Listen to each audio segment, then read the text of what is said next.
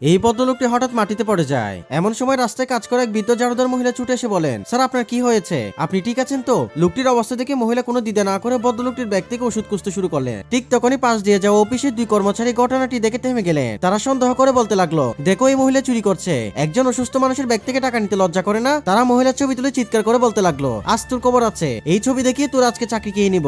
এইদিকে বৃদ্ধ মহিলা ব্যাগ থেকে ওষুধ খুঁজে ভদ্রলোককে খাইয়ে দিলেন। কিছুক্ষণ পর ভদ্রলোকের জ্ঞান ফিরে এলো। এরপর মহিলা বলে, স্যার নিজের খেয়াল রাখবেন, আমি আমার কাজে যাচ্ছি। একটু পর সেই দুই কর্মচারী অফিসের ম্যানেজারের কাছে ছুটে এসে বলে, ম্যাডাম আমাদের অফিসের জারুদার খুব খারাপ, সে রাস্তায় একজন অসুস্থ মানুষের ব্যাগ থেকে টাকা চুরি করছিল, দেখুন আমাদের কাছে ছবি আছে।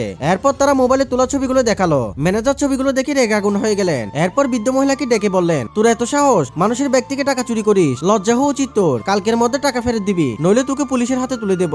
এরপর বন্ধুরা কি হয় সেটি দেখার আগে তুমি যদি তোমার মাকে সত্যিকার ভালোবেসে থাকো, ভিডিওতে একটি লাইক দিয়ে চ্যানেলটি সাবস্ক্রাইব করো এবং কমেন্ট করে জানাও তুমি কোন ক্লাসে পড়ো।